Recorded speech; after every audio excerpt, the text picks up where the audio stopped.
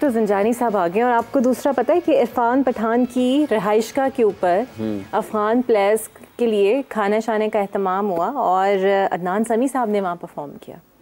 इरफान पठान बड़ा भाई पसंद करते हैं, इस पे आपके कमेंट्स मैंने लेने हैं, बड़ी वीडियोस भी उसकी आई, लेकिन डांस करते हुए भी और कुछ, और फिर अदनान समी को बुला के उन्होंने जनाब उन्हें खाना शाना खिलाया।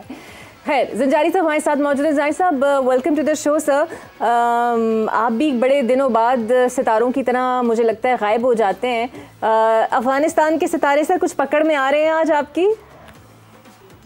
जी बहुत शुक्रिया आपका। ऐसा है कि आज ऑस्ट्रेलिया का नंबर 3 बनता है, अफ़गानिस्तान का नंबर 1 है। दोनों का कॉम्बिनेशन टीम के एतबार से अगर देखा जाए तो अफ़गानिस्तान थोड़ी सी हावी नज़र आती है ऑस्ट्रेलिया के ऊपर। और यहाँ पे मैं ऐड करना चाहूँगा कि ऑस्ट्रेलिया के जो कैप्टन हैं वो बहुत ज़्यादा स्ट्रॉन्ग नज़र आ रहे हैं। आज का जो मैच है, गो के अभी अफ़गानिस्तान बड़ी सेंसिबल बैटिंग कर रहा है, बड़े अच्छे तरीके से चल रहा है, लेकिन ऑस्ट्रेलिया के जो कैप्टन हैं उनकी हिकमत अमली जो है वो बहुत ज़्यादा सितारों की रोशनी में हावी नज़र आ रही है अफ़गानिस्तान के कैप्टन के ऊपर। तो अभी अफ़गानिस्तान जो भी टारगेट देता है, मुझे उम्मीद है कि ऑस्ट्रेलिया उसके करीब पहुंचना, उसको जीतना मुमकिनात में है कि आज ऑस्ट्रेलिया विन कर सकता है। और अफ़गानिस्तान जो है अपनी जल्दबाजी की वजह से, अपनी किसी नालायकी की वजह से, या जो बेसब्रापन एकदम से उनमें आ जाता है, जज्बातीपन आ जाता है, अगर इस चीज़ को कंट्रोल रख लें तो प्लैनेट्स बहुत ज़्यादा सपोर्ट कर रहे हैं अफ़गानिस्तान को। लेकिन चूंकि ऑस्ट्रेलिया की एक टीम ऐसी है जिसको हम कह सकते हैं कि एक पढ़ा लिखा बच्चा है और एक जो बच्चा है वो अभी पढ़ रहा है, वो अभी उससे उतना मैच्योर नहीं है। तो ऑस्ट्रेलियन टीम इस बार से काफ़ी स्ट्रॉन्ग नज़र आ रही है आज अफ़गानिस्तान के ऊपर। सो जीत जाएगी आपका मतलब है इशारों के नायों में? बिल्कुल, कैप्टन स्ट्रॉन्ग है, टीम स्ट्रॉन्ग है, उम्मीद है कि ऑस्ट्रेलिया जीत जाएगी। लेकिन मेरी जितनी भी प्रेडिक्शंस हैं, मैं हमेशा कहता हूँ कि अफगानिस्तान मुझे हमेशा हैरान कर देता है। वो सारी दुनिया को करते हैं सर। मतलब बहुत सारी प्रेडिक्शंस जो अफगानिस्तान की चल रही है ना, पता नहीं है क्यों काबू नहीं आ रहे। मैंने एक बंदा भेजा है कि मुझे इनका डेट ऑफ बर्थ सही मालूम करके दें। अच्छा, आपको लगता है वो गड़बड़ है? गड़बड़ है। अच्छा ज़ंजानी साहब, इसके अलावा कुछ और अपसेट या कुछ और चेंजेस आपको नजर आई हैं सेमीफाइनल में जाने वाली टीमों पे? और स्पेसिफिकली पाकिस्तान के हवाले से आपको पता है ना, उम्मीदें बहुत बढ़ गई हैं अवाम की अब पाकिस्तान से। इंग्लैंड के साथ मैच भी होने वाला है, so what do you expect sir? England के साथ जो पाकिस्तान का मैच है उसमें पाकिस्तान बहुत ज़्यादा स्ट्रॉन्ग है। मैं बड़ा होपफुल हूँ कि अल्लाह ताला पाकिस्तान विन करेगा। पाकिस्तान अब रुकता नहीं है। अगर पाकिस्तान सेमीफाइनल के लिए रास्ते अपने, फिर ये फाइनल तक नज़र आ रहा है मुझे। कि अब जो खराबी थी, जो वो टाइम गुजार दिया, वो खराबियाँ चली गई, वो ग्रहण गुजर गए। पाकिस्तान के ये जो इंग्लैंड का मैच है इम्पोर्टेंट भी है, और पाकिस्तान का अगर रास्ता सेमीफाइनल के लिए हो जाता है फिर ये फाइनल तक जाएंगे। हाफिज साहब ने थोड़ी कुछ और ही प्रेडिक्शन की हुई है इंग्लैंड और पाकिस्तान के मैच को लेकर। देखें अब उस दिन सितारे लड़ेंगे। उस दिन सितारे लड़ेंगे। मुश्किल है जी। अच्छा ज़ंजानी साहब, जब इतना अच्छा आपने पाकिस्तान का मुस्तकबिल बता दिया सर, तो आप इस पे पूरी टीम का इन्हिसार again on Babar Azam and Fakhar Zaman या ओनली फ़खर जमान?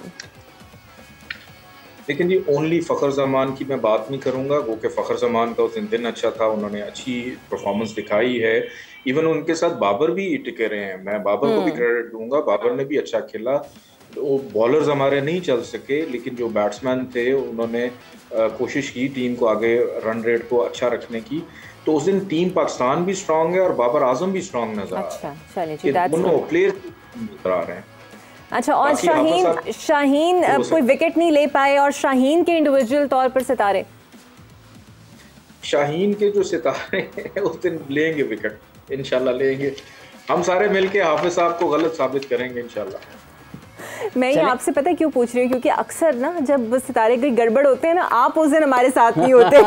फिर हमें याद आ रहा होता है कि आपने ये कहा है, लेकिन अब मुझे यकीन है उस दिन मैच वाले दिन हमारे साथ होंगे, बिकॉज यू एक्चुअली प्रेडिक्टेड। बड़ा खुशी हुई वैसे ये सुन के। पाकिस्तान के मैच में मैं इंशाल्लाह अवेलेबल। देखें, अल्लाह करे ज़ंजानी साहब के जो मेरे ख्यालात हैं पाकिस्तान के मैच और इंग्लैंड के मैच के हवाले से वो गलत हों, और सितारों की रोशनी में जो नज़र आ रहा है, अल्लाह करे कि पाकिस्तान फतेहाब हो इंग्लैंड के ख़िलाफ़। न्यूजीलैंड वाला और श्रीलंका का जो मैच है उसका नतीजा भी पाकिस्तान के हक में हो। लेकिन ये न्यूजीलैंड और श्रीलंका वाला मैच तो जंजानी साहब से पूछना चाहिए ना इकरा साहब, उसका क्या देख रहे हैं? हाँ जी, ये बताएं सर। असल पाकिस्तान के तो 2 मैच है ना, न्यूजीलैंड और श्रीलंका वाला भी एक पाकिस्तान का ही मैच है। बिल्कुल, बड़ा इंपॉर्टेंट मैच है। न्यूजीलैंड का जो मैच होने जा रहा है 9 तारीख को श्रीलंका के साथ, उस दिन न्यूजीलैंड के नंबर 6 बनते हैं श्रीलंका के फौरन, और नंबर 6 वीक नज़र आ रहा है एज कम्पेयर टू श्रीलंका। तो बहुत ज़्यादा चांसेस हैं कि श्रीलंका, इवन जो न्यूजीलैंड के कैप्टन है। अच्छा, एक चीज़ मुझे बताएं, क्या ये न्यूजीलैंड के कैप्टन चेंज हुए हैं या नहीं हुए? ये इन आउट होते रहते हैं ना। टॉम लैथम आ जाते हैं या केन विलियमसन आ जाते हैं। पिछले मैच में केन विलियमसन कप्तानी कर रहे थे, उससे पहले टॉम लैथम कर रहे थे, उससे पहले मतलब ये इनके कप्तान जो है ना वो बुनियादी तौर पर केन विलियमसन है, लेकिन अगर वो चूंकि वो मुकम्मल तौर पर फिट नहीं है, अगर वो नहीं होते हैं तो फिर लैथम कर रहे होते हैं। क्योंकि अगर तो केन विलियमसन खेल रहे हैं फिर तो न्यूजीलैंड हार रहे हैं, अगर वो नहीं खेल रहे, कोई और कैप्टन दूसरे वाले आ जाते हैं, तो वो फिर कैप्टन थोड़ा स्ट्रांग है न्यूजीलैंड का, वो इतनी आसानी से नहीं जाने देगा श्रीलंका। ठीक है। इसका मतलब ये है कि आपका ये मानना है कि सितारे ये बताते हैं कि न्यूजीलैंड अगर केन विलियमसन के साथ मैदान में उतरेगा तो उनके लिए मुश्किलात होंगी, और टॉम लैथम अगर कप्तानी करते हैं तो श्रीलंका के लिए मुश्किलात होंगी।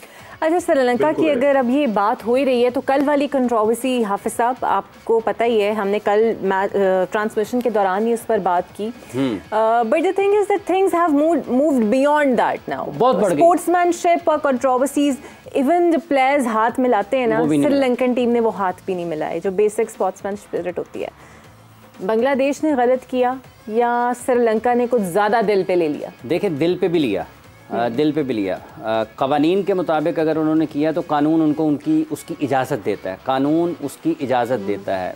जो 4th अंपायर थे उन्होंने भी आईसीसी ने अपने फेसबुक पेज पर उनकी वीडियो डाली हुई, उन्होंने इसको वजाहत के साथ बयान किया इस कानून को, और यकीनी तौर पर जब वो कल के दिन में बयान कर रहे हैं तो इसका मतलब यह है कि वो एंजेलो मैथ्यूज़ के आउट के बाद जो बात होनी थी उन्होंने उस तनाजुर में उसको बयान किया।